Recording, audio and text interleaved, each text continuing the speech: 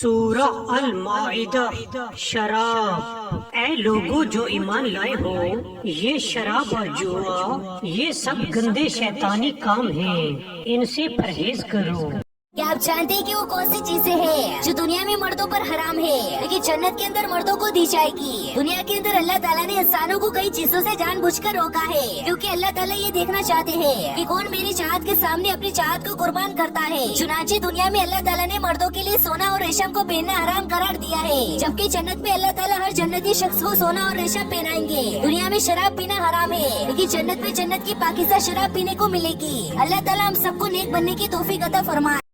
کہہ دو کہ اے نادانو، تو کیا تم مجھ سے یہ کہتے ہو کہ میں غیر اللہ کی پرستش کرنے لگوں؟ اور اے پیغمبر، تمہاری طرف اور ان پیغمبروں کی طرف جو تم سے پہلے ہو چکے ہیں یہی وہی بھیجی گئی ہے کہ اگر تم نے شرک کیا تو تمہارے اعمال برباد ہو جائیں گے اور تم نقصان اٹھانے والوں میں ہو جاؤ گے۔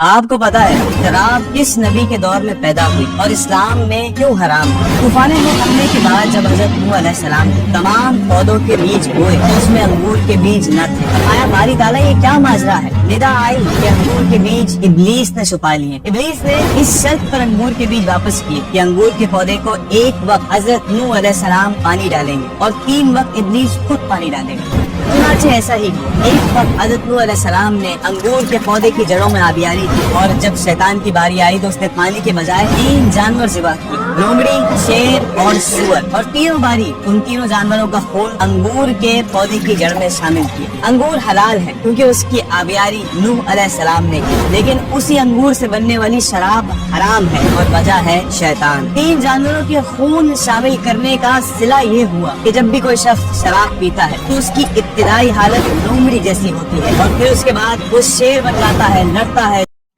حضور نے فرمایا شراب لانے والا، دینے والا، بیچنے والا، خریدنے والا، سودا کرانے والا، برتن مہیا کرنے والا، شراب کے لیے جگہ دینے والا، شراب کے حوالے سے کوئی بھی کردار ادا کرنے والا، میرے نبی پاک صلی اللہ علیہ وآلہ وسلم نے فرمایا یہ لعنتی ہیں سارے، ان پر خدا کی لعنت ہے، فرشتوں کی لعنت ہے۔ حضور فرماتے ہیں میری بھی لعنت ہے۔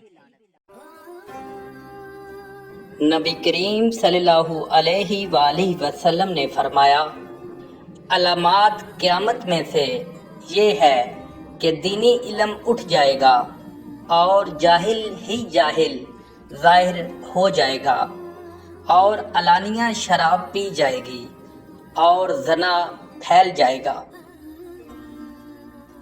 السلام علیکم ناظرین، صرف شرابی پڑھے ابکری ٹوٹکے۔ شراب پینا ایک عادت بد ہے، اس سے نجات کے لیے دن میں 4-5 دفعہ ابلا ہوا سیب کھا لیا کریں، انشاءاللہ چند دن میں ہی یہ عادت بد ختم ہو جائے گی۔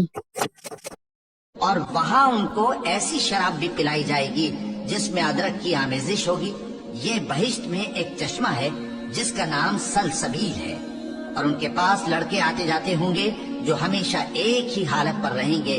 جب تم ان پر نگاہ ڈالو تو خیال کرو کہ بکھرے ہوئے موتی ہیں۔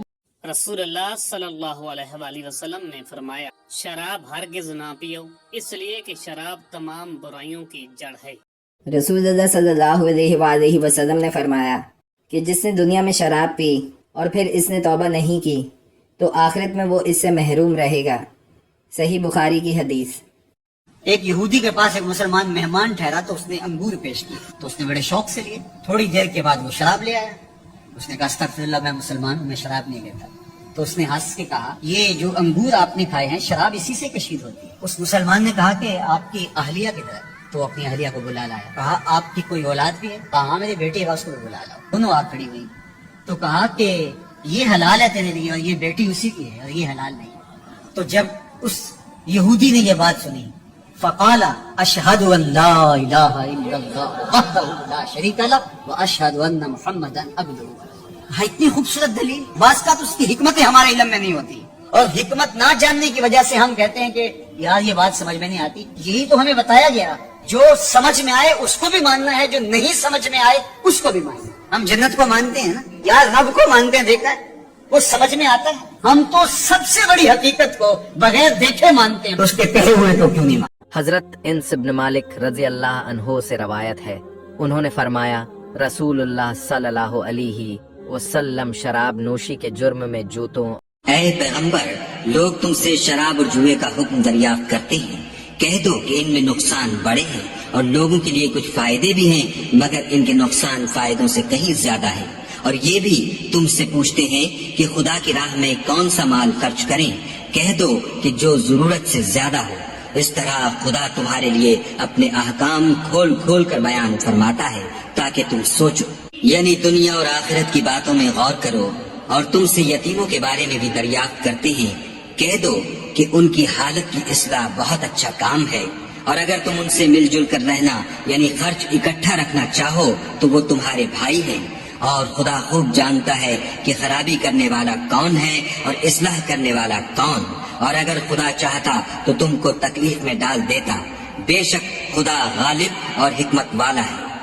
حضرت علی فرماتے ہیں کہ دریا بہ رہا ہو، دریا، اس دریا میں اگر ایک قطرہ شراب کا گر جائے پھر وہ دریا خشک ہو جائے، پھر اس دریا کی سطح پر یعنی نیچے گھاس اگائے، اور اگر میرا گھوڑا وہ گھاس کھا لے تو میں اس گھوڑے کی سواری کرنا پسند نہیں کرتا۔ اتنی نفرت نشے سے، شراب سے۔ اور اے پیغمبر، جب تم سے میرے بندے میرے بارے میں دریافت کریں تو انہیں معلوم ہو کہ میں تو تمہارے پاس ہی ہوں، جب کوئی پکارنے والا مجھے پکارتا ہے تو میں اس کی دعا قبول کرتا ہوں، تو ان کو چاہیے کہ میرے حکموں کو مانیں اور مجھ پر ایمان رکھیں تاکہ نیک رستہ پائیں۔ اے ایمان والو، شراب اور جوا اور بت اور پانسے یہ سب ناپاک کام اعمال شیطان سے ہے، سو ان سے بچتے رہنا تاکہ تم کامیاب ہو جاؤ۔ شیطان تو یہ چاہتا ہے کہ شراب اور جوئے کے سبب تمہارے آپس میں دشمنی اور رنجش ڈلوا دے اور تمہیں اللہ کی یاد سے اور نماز سے روک دے، تو کیا تم لوگ ان کاموں سے باز آؤ گے؟ اور اللہ کی فرما برداری اور رسول کی اطاعت کرتے رہو اور ڈرتے رہو۔ اب اگر منہ پھیرو گے تو جان رکھو کہ ہمارے پیغمبر کے ذمہ تو صرف پیغام کا کھول کر پہنچا دینا ہے۔